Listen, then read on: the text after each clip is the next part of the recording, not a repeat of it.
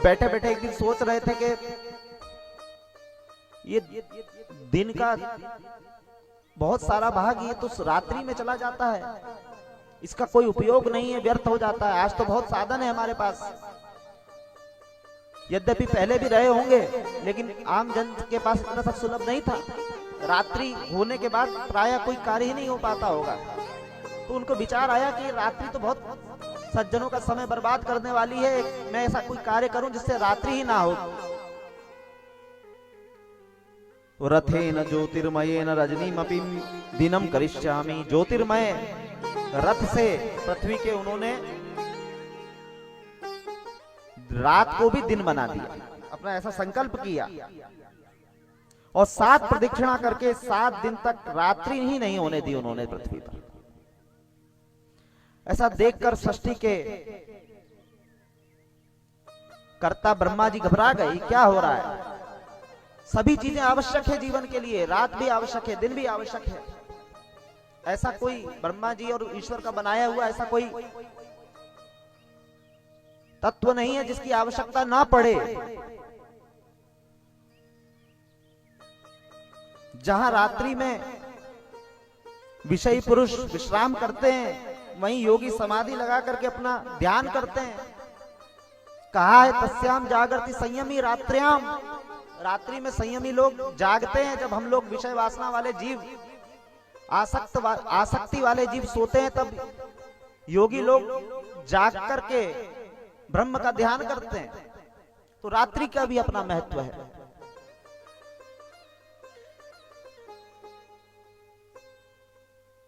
समझाया कि रात्रि की आवश्यकता है।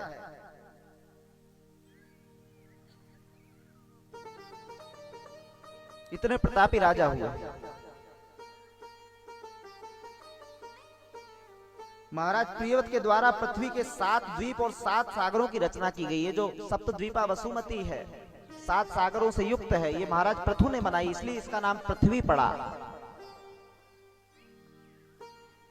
और महाराज प्रियव्रत एक एक द्वीप को अपने पुत्रों को देख करके विरक्त हो गए, भगवान के चरणों में अपना ध्यान लगा लिया।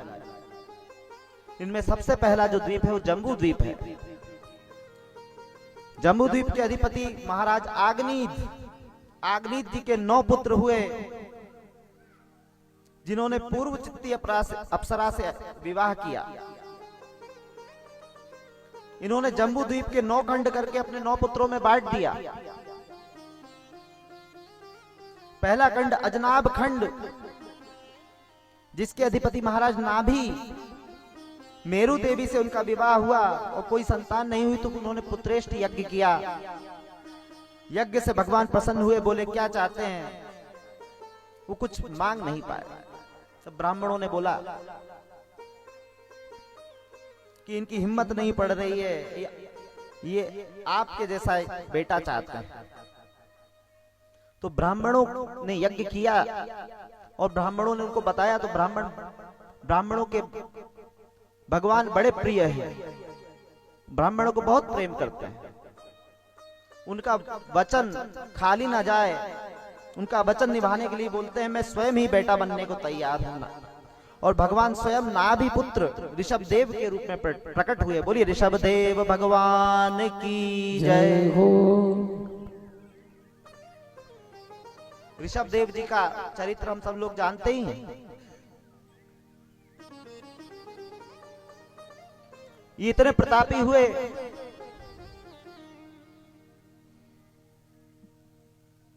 कि इनसे इंद्र को भी जलन होने लगी। इंद्र ने वृष्टि करना बंद कर दिया, तो इन्होंने अपने तपोबल से वृष्टि कर दी। इतने प्रतापी ऋषभदेव भगवान।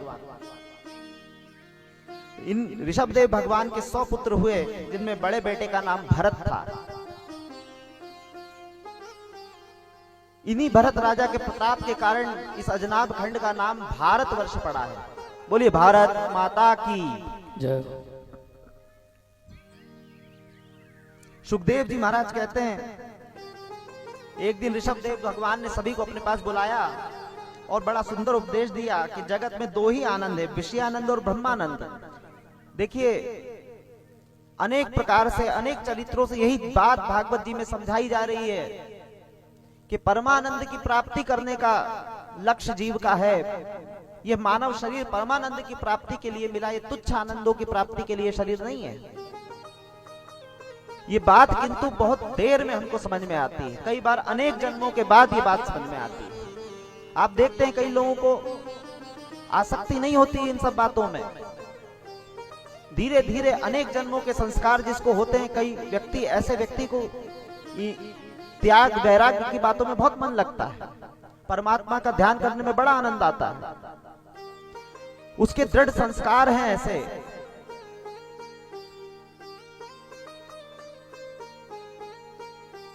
समझाते हैं कि ये शरीर जो है वो परमानंद की प्राप्ति के लिए मिला हुआ है। इस प्रकार दिव्योपदेश दे करके परमहंस वृत्ति को धारण करते हैं।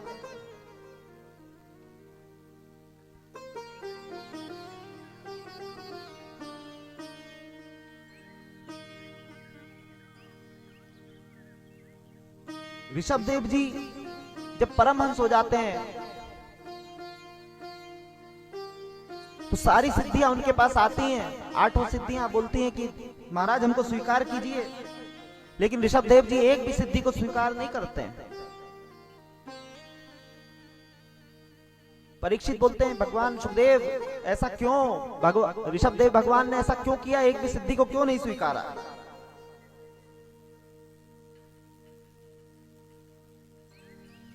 बोलते हैं ये हमारे लिए सीखने की बात है। सिद्धियों में व्यक्ति पढ़ करके अगर किसी को सिद्धि हो जाएगी तो उसका प्रयोग करेगा तो प्रसिद्ध हो जाएगा, प्रसिद्ध हो जाएगा तो लोग भीड़ लगा लेंगे। हम लोग देखते हैं सिद्ध जो योगी रहते हैं, सिद्ध महात्मा रहते हैं, कहीं अकेला व्यक्ति ध्यान करने तक का उसको फुर्सत नहीं रहती। तो परमात्मा का जो आनंद है वो आनंद इन सब छोटे छोटे तुच्छ आनंदों से कई बढ़कर है। ये बताने के लिए ऋषभदेव जी ने एक भी सिद्धि को नहीं स्वीकारा।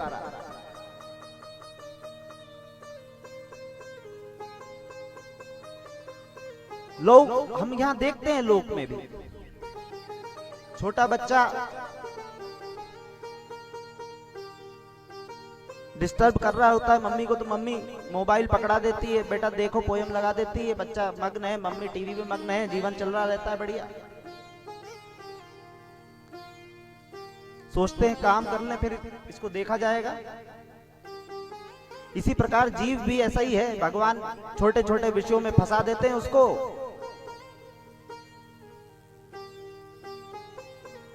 और जीव मोबाइल देखने में व्यस्त हो जाता है। तो भगवान ऋषभदेव से प्रेरणा लेनी चाहिए कि सिद्धियों में भी हमको, अगर किसी का मन सिद्धि प्राप्त करने में भी हो रहा है तो यथासंभव उसको निग्रह करके भगवान के चरणों में ध्यान लगाना है, उसी में आनंद है। आगे महाराज भरत का चरित्र आता है। ऋषभ नंदन भरत सम्राट बने और इनके 5 पुत्र हुए। बड़े पुत्र सुमति को सत्ता का भार सौंपकर भरत जी पुलहाश्रम भजन करने गए। वहां उन्होंने गंडकी नदी में स्नान करते समय भगवान को जब सूर्य नारायण को जल दे रहे थे तो एक गर्भवती हिरणी को पानी पीते हुए देखा। उसी क्षण किसी सिंह ने गर्जना की और वो घबरा करके कूद के बाहर जाने लगी। उसका वहीं प्रसव हो गया। एक सुंदर हिरण के शावक ने जन्म लिया।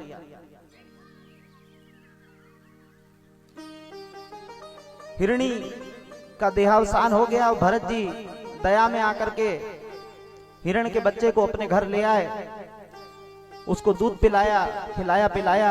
उसमें उनका चित्त इतना रम गया,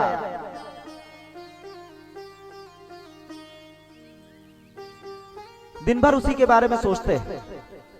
एक बार वह मृग सजातीय मृगों की झुंडों के साथ वन में चला गया, जहां उसको खूब सारे हिरण दिखे, उनके साथ चला गया, रम गया।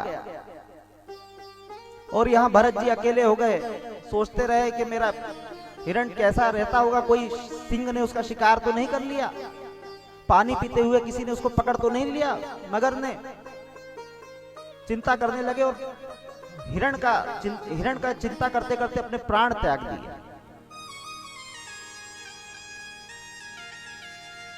अभी कथा आई थी अंते यामति सा गति।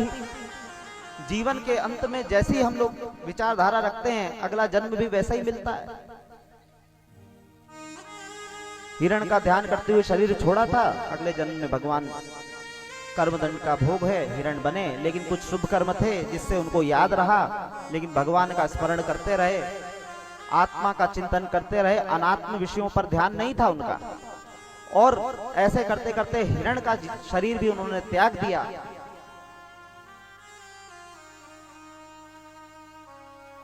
फिर मानव देह मिलता है, अंगिरा गोत्री ब्राह्मण परिवार में उनका जन्म हुआ।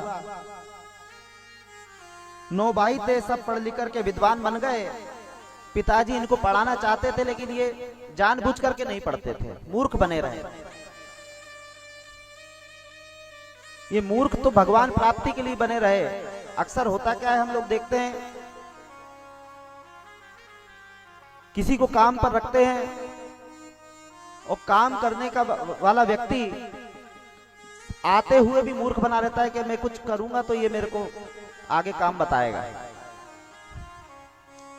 अपने अज्ञान से ज्ञान को ढका रहता है, क्योंकि इसको पता चल जाएगा कि इसको ये भी आता है तो मुझे ये भी काम करवाने लगेगा। वो क्षुद्र विषयों के लिए ऐसा करता है। लेकिन जड़ भरत जी ने सोचा कि अगर मैं ये सब पढ़ने लिखने लग गया तो पिताजी मुझे अन्य यज्ञ आदि दूसरे कामों में भेजेंगे और भगवान में जो मेरा चित्त लगा हुआ है उसमें व्यवधान आएगा। मूर्ख बने रहे, पागल बने रहे। एक दिन घर वालों ने उनको निकाल दिया, खेत में उनका घर बना दिया। ये मूर्ख तो कुछ काम का नहीं है।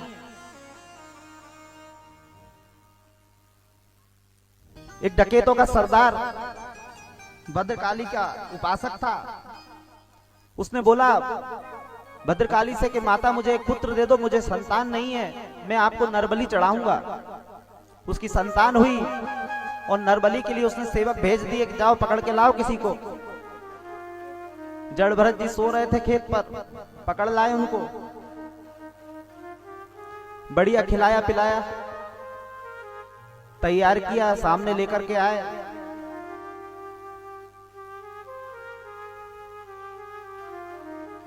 डकैतों का सरदार बोला महाराज अब बैठ जाइए, तैयार हो जाइए, आपका बलिदान का समय आ गया है। तो जड़ भरत जी सोचते हैं कि अब इससे मैं क्या बोलूं। बोला अगर आपको मुझे मारना था तो क्यों मार रहे हो मुझे, क्यों खिलाया पिलाया। लेकिन जानते थे शरीर नश्वर है, एक ना एक दिन छूटना ही है। उनको कोई प्रभाव नहीं पड़ा। माता काली के सामने बैठ गए और जैसे ही उसने तलवार उठाई काटने के लिए, तुरंत भद्रकाली प्रकट हुई और डकैतों को संहार कर दिया, जड़ भरत जी को बचा दिया। जानती थी भद्रकाली ये भगवान का भक्त है, निरंतर ईश्वर का ध्यान करता रहता है, इसका मर जाना बिल्कुल ठीक नहीं है।